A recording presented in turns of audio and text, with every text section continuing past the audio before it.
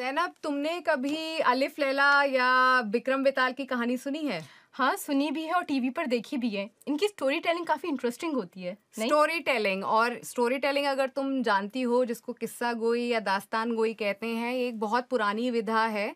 और जो किस्सा गो हुआ करते थे पुराने ज़माने में, वो आज जैसे इन्फ्लुएंसर्स होते हैं, वो उस ज़माने के इन्फ्लुएंसर्स होते थे। लोग उनको दूर-दूर से सुनने आते थे और नाम, पैसा, शोहरत सब होता था उनके पास। और आज हम बात करेंगे इस पर। ठीक है, आज हमारा टॉपिक है दास्तान गोई और पाकिस्तान से हमारे साथ हैं फवाद खान, जिनका ताल्लुक कराची से है और फवाद खान पाकिस्तान के जाने-माने दास्तान गो हैं। और इंडिया से हमारे साथ हैं, लखनऊ से जॉइन कर रहे हैं, लखनऊ की जान हिमांशु बाजपेयी। हिमांशु, बहुत-बहुत शुक्रिया। फवाद, बहुत-बहुत शुक्रिया हमारे साथ ये प्रोग्राम आज आप जॉइन कर रहे हैं। Thank you so much. शुक्रिया आपका हमें बुलाने के लिए। जी, बहुत शुक्रिया। Thank you so much. चलें, आकांक्षा, आपने हिमांशु की इतनी तारीफ़ की है तो हम पहला सवाल हिमांशु से शुरू करते हैं। हिमांशु, दास्तान गोई होती क्या है और थोड़ी सी हमें इसकी हिस्ट्री बताएं कि इसका कॉन्सेप्ट आया कहाँ से, और मतलब इसके बारे में थोड़ी सी हमारी ऑडियंस जो नहीं जानती है दास्तान गोई के बारे में, उनको थोड़ा सा आइडिया हो। जी ज़ैनब, तो दास्तान गोई 2 लफ्ज़ों से मिलकर बना एक लफ्ज़ है, दास्तान और गोई। दास्तान यानी कि एक लंबी कहानी, एक तवील कहानी जो किस्सा दर किस्सा आगे बढ़ती है, और गोई यानी कि कहना या सुनाना। तो दास्तान गोई वो फ़न है जिसमें कहानियाँ बयान की जाती हैं। अब ये फ़न ऐसा माना जाता है कि इंडियन सबकॉन्टिनेंट में आया ईरान से, और उसके बाद ख़ास तौर पे जो हमारा मिडीवल पीरियड है, उसमें दास्तान गोई का बड़ा उरूज हुआ हिंदुस्तान में, और ख़ास तौर पे दौर मुग़लिया में बड़ा इसका ज़ोर रहा। उसके बाद फिर ये अलग-अलग शहरों में, पहले दिल्ली में और दिल्ली के बाद फिर लखनऊ में, और लखनऊ में जो हमारा शहर है, उसमें ख़ास कारनामा ये हुआ कि मुंशी नवल किशोर प्रेस ने दास्तान अमीर हमज़ा को, जो अभी तक ज़बानी रिवायत में थी सदियों तक, उसे किताबी शक्ल में मुरत्तब करने का एक बहुत बड़ा प्रोजेक्ट शुरू किया, और फिर दास्तान अमीर हमज़ा को किताबी शक्ल में छापना शुरू किया। कई बरसों तक ये प्रोजेक्ट चलता रहा और इसके नतीजे में 46 वॉल्यूम्स दास्तान अमीर हमज़ा के आए, जिसमें हर वॉल्यूम में 1000 पन्ने होते थे। तो 46,000 पन्नों पर मुश्तमिल दास्तान अमीर हमज़ा दुनिया का लॉन्गेस्ट फिक्शनल नैरेटिव बना, जिसमें 46,000 पन्नों में एक ही कहानी है। तो ये इसकी थोड़ी-सी तारीख है। फिर उसके बाद क्या हुआ कि 1928 में ऐसा माना जाता है कि जो आखिरी बड़े दास्तान गो थे, पेशेवर दास्तान गो, मीर बाकर अली देहलवी, उनके इंतकाल के बाद ये फ़न ज़वाल पर आया और फिर ख़त्म हो गया। उसके बाद फिर 2005 के आसपास शम्सुर रहमान फारूकी साहब, जो उर्दू के बहुत बड़े नक्काद थे, उन्होंने और फिर उनकी तहरीक पर उनके भतीजे और स्कॉलर महमूद फारूकी साहब ने इसे रिवाइव किया। तो एक कारवां शुरू हुआ। उस कारवां में बहुत सारे लोग शामिल हुए, उनमें से एक मैं भी हूँ। तो हिंदुस्तान में भी और पाकिस्तान में भी इसी तरह से एक पूरी मुहिम शुरू हुई, जिसके बारे में फवाद भाई आपको बेहतर बताएंगे। तो ये एक मुख्तसर सा सफरनामा है जो मैंने आपको बहुत जल्दी बताया। ज़बरदस्त। जी, फवाद, आप भी ये रिवायत जो है पाकिस्तान में जारी रख रहे हैं। मैं आपसे जानना चाहती हूँ कि हिमांशु ने हिस्ट्री के बारे में बताया, इसकी कैसे शुरुआत हुई थी और किस तरह से सिलसिला आगे बढ़ा। आज की अगर हम बात करें, तो अगर आज आप कहानियाँ बताते हैं, तो क्या वो पुरानी कहानियों को आप रिवाइव कर रहे हैं, जैसे कि तिलिस्म होशरुबा है और दूसरी कहानियाँ हैं, या आप अपनी भी इसमें एडिशन करते हैं, अपनी कहानियाँ भी बताते हैं? पहले तो हिमांशु का बहुत शुक्रिया, और बिल्कुल हमने तो उन्हीं की देखा-देखी, हमने हिंदुस्तान से महमूद फारूकी, दानिश हुसैन, ये लोग आए दास्तान की, तो हमने कहा भाई ये बड़ा खूबसूरत काम है, ये हमें भी करना चाहिए, और उनकी देखा-देखी हमने भी शुरू कर दिया और उन्हीं की तक़लीद में शुरू किया। तो हाँ, हम रिवायती दास्तान ज़रूर सुनाते हैं, जो भी तिलिस्म होशरुबा है, दास्तान अमीर हमज़ा है, और साथ में हमने कुछ अपने तौर पे भी कहानियाँ सुनाने का आगाज़ किया, यानी रिवायती कहानियाँ जो कि उनको हमने दास्तान के अंदाज़ भी अपने आप में एक चीज़ है जो कि समझना चाहिए। जी। तो शायद उसको समझाने में शायद थोड़ा वक़्त लग जाए।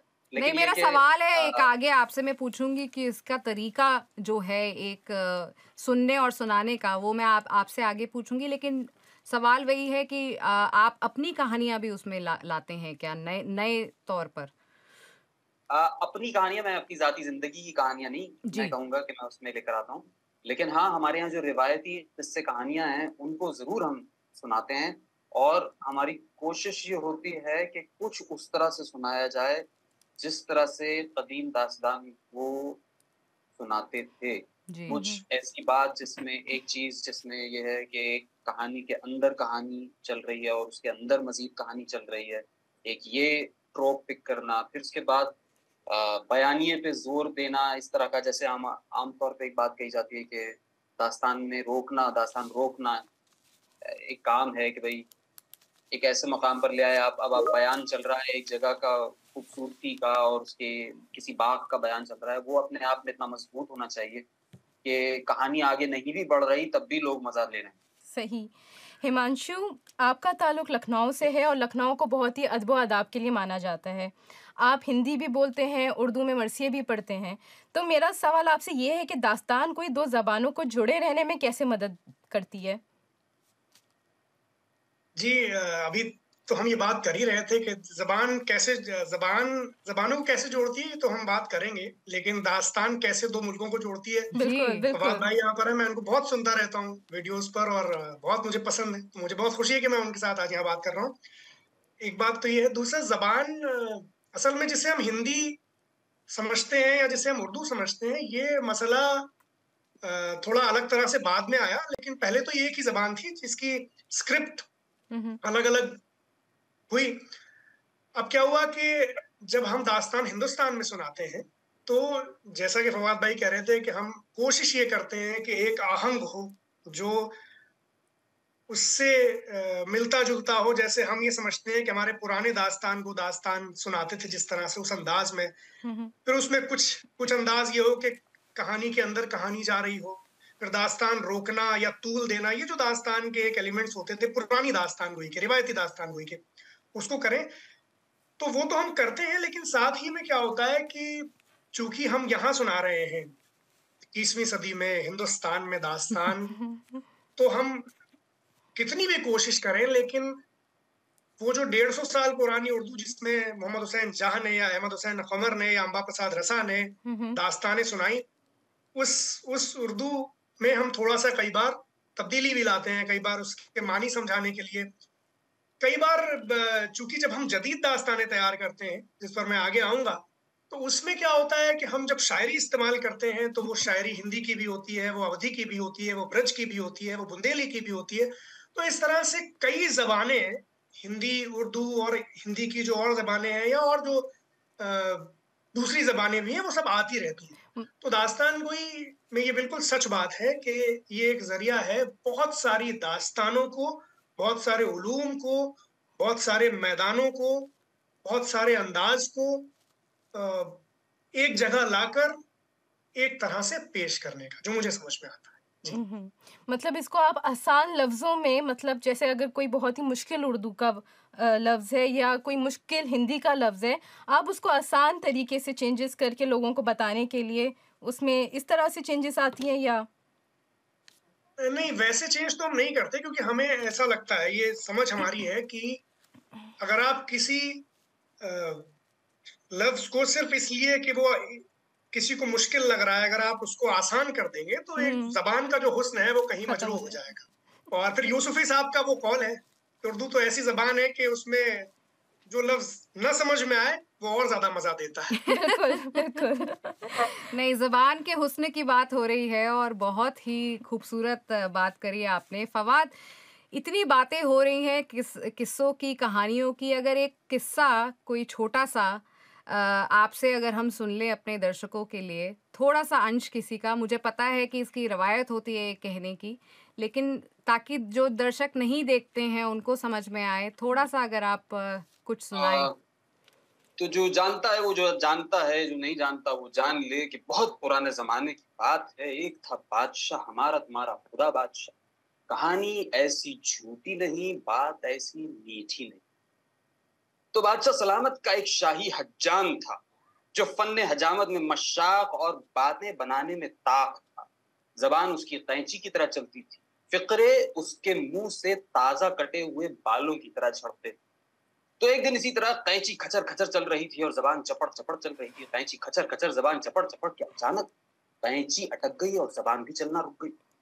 ऐसा सुकूत तारी हुआ कि बादशाह भी सन्नाटे में आ गया।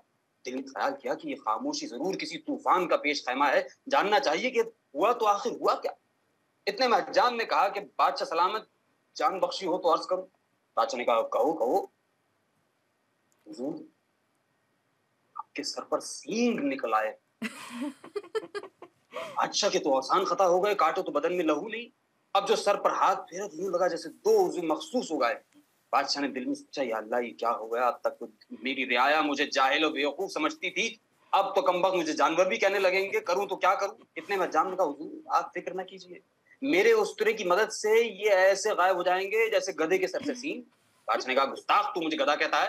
कहा, नहीं हुजूर, मैं तो रोजमर्रा कहता हूँ।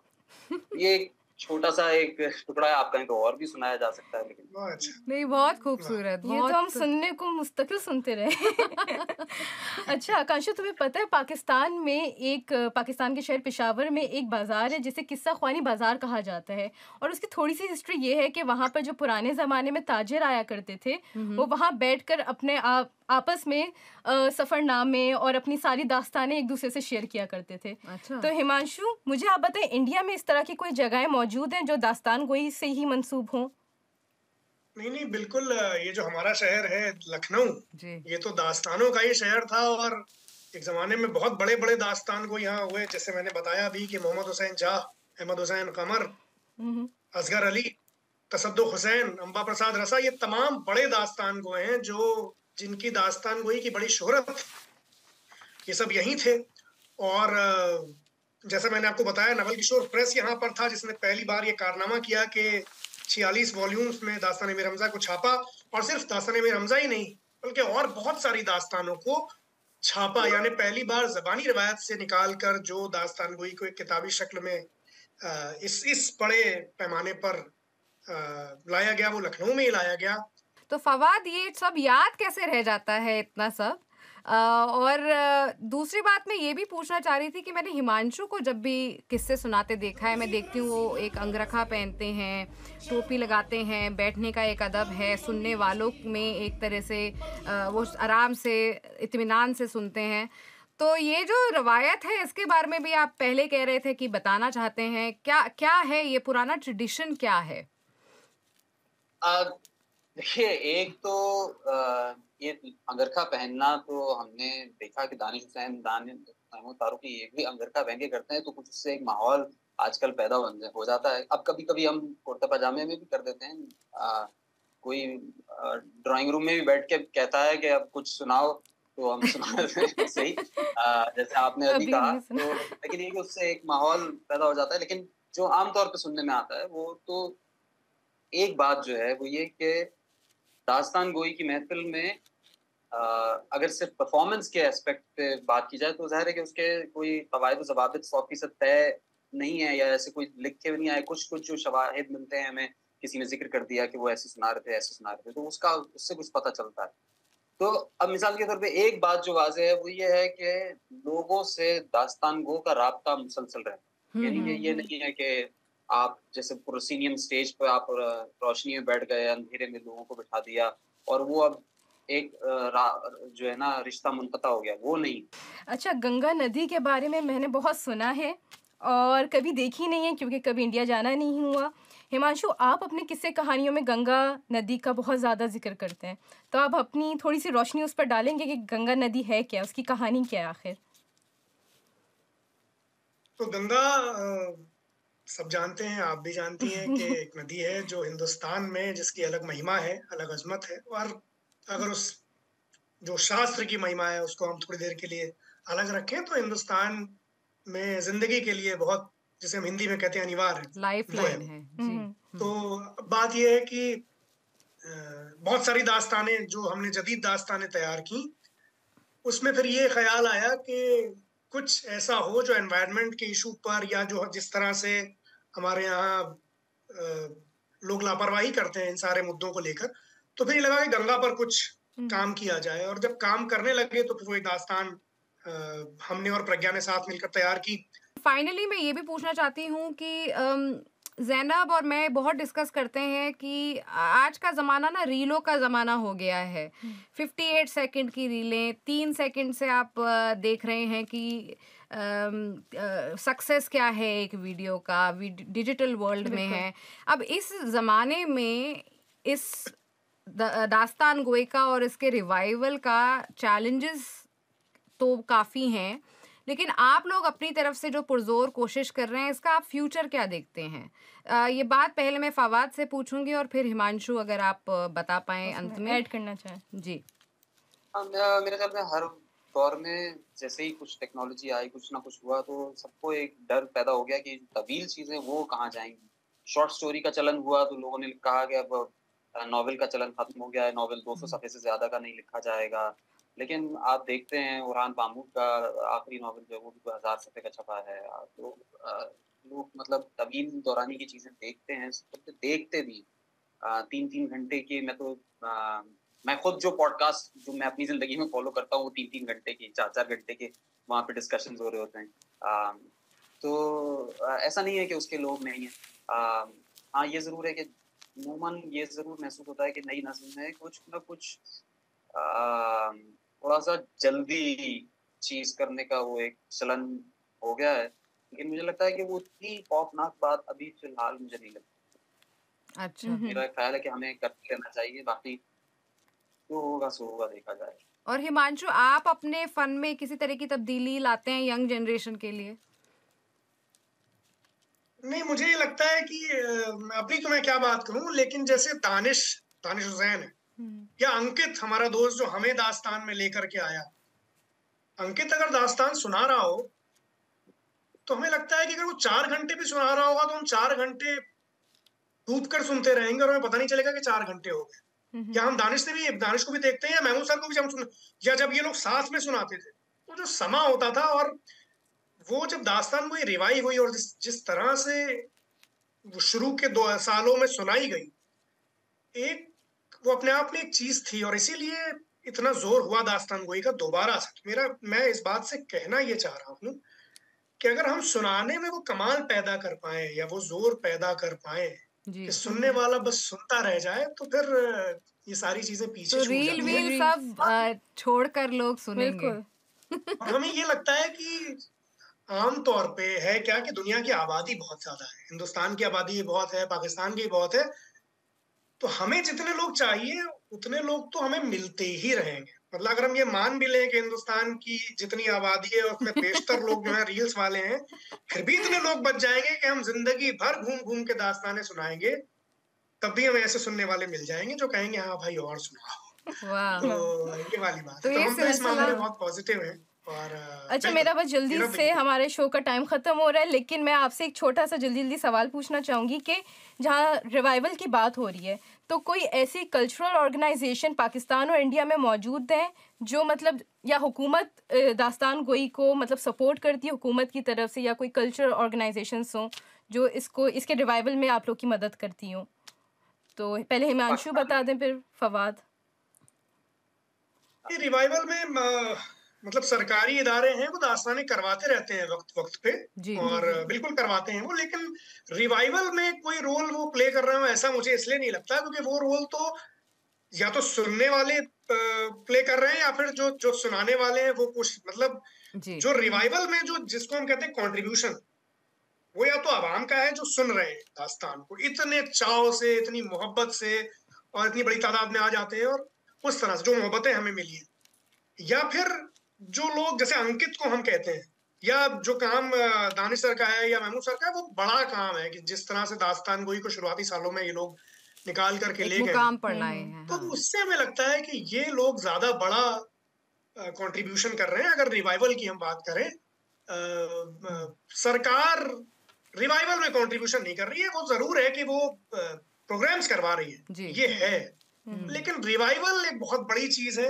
और उसमें कंट्रीब्यूट करना भी एक बहुत बड़ा अमल है, जिसमें मैं खुद को अभी नहीं मानता कि मैं कुछ कर पाता। मैं जिन लोगों को मानता हूँ जिन्होंने किया, वो यही कुछ नाम है जी जो मैं आपको कह रहा हूँ। मैं अपनी पीढ़ी में तो मैं अंकित को मानता हूँ कि उसने जिस तरह से दास्तान गोई को पॉपुलर किया जी वो कोई नहीं कर पाया। मतलब एक छोटे से छोटे गांव में भी उसको लोग जानते हैं जी और हम बाहर जाते हैं तो वहां भी उसे सब लोग जानते हैं। तो जी ये मोहब्बत हमारी पीढ़ी में अंकित के हिस्से में आई, ये जी मेरे और हिस्से में भी अंकित का आई। ना रहना एक बहुत बड़ा लॉस है जी। दास्तान गोई की दुनिया में। फवाद, अगर आप कुछ चंद शब्दों में बताएं पाकिस्तान पाकिस्तान का में सूरत हाल तो। हाँ, नहीं है। मतलब कोई अच्छा वन लाइन नहीं है। ऐसा कोई इंटरेस्ट नहीं जो लोग कर रहे हैं वो इंडिविजुअल्स कर रहे हैं। जी लेकिन जी होना चाहिए वैसे, नहीं? ये सरकार की तरफ से बहुत कुछ होना चाहिए जी और ये नहीं है क्या क्या। तो आप लोग इसमें आगे कुछ सोच रहे हैं कि आगे कुछ करना चाहिए या? देखिए हम तो अपने तौर पे जो कुछ भी कर सकते हैं वो कर रहे हैं। जैसे कि हमने कहा कि हम अपने तौर पे दास्तान को समझने की भी कोशिश करते हैं, अपने आप को एजुकेट करते हैं कि दास्तान की तारीख क्या है, दास्तान जो भी शम्स रहमान फारूकी ने काम किया, जो अभी पाशा साहब की किताब आई ब्रोकन स्पेल के नाम से, वो हमने पढ़ी और इस तरह की चीजें कुछ करते रहते हैं। हम अपने तौर पे कोशिशें करते रहते हैं नई तैयार करने की, मगर जाहिर है कि ये इस काम को उस लेवल पे लेके जाना प्रोफेशनली वो requires a lot more help which is जी नॉट देयर। बट फवाद, आप एटलीस्ट कुछ इस दिशा में हैं, जा रहे हैं और उम्मीद यही रहे कि लोग किस्से कहानियाँ सुनते रहें, बिल्कुल। पुरानी रिवायतें भी आगे के नए ज़माने में जारी रहें। बहुत बहुत शुक्रिया आप दोनों का, हिमांशु लखनऊ से हमें ज्वाइन करने के लिए और फवाद आप कराची से हमारे साथ जुड़े आज। बहुत बहुत शुक्रिया, इतनी सारी बातें हो पाई और आपके किस्से हम ज़रूर सुनाएंगे, लोगों के साथ शेयर करेंगे वो लिंक्स, तो ताकि वो भी समझ पाएँ हम किस चीज़ के बारे में बात कर रहे हैं। और अगली बार हमारी ऑडियंस हमें बताएगी कि हम किस टॉपिक पर बात करें, तो अपने कमेंट्स हमारे कमेंट सेक्शन में छोड़िएगा। तब तक के लिए आओ बात करें। बहुत शुक्रिया थैंक यू। हिमांशु, मैं बहुत उम्मीद करता हूँ कभी हम लखनऊ आ सकें और लखनऊ में बहुत शुक्रिया, मुझे इंतजार है और प्लीज मुझसे मैं व्हाट्सएप नंबर शेयर कर दे तो ताकि मैं हाँ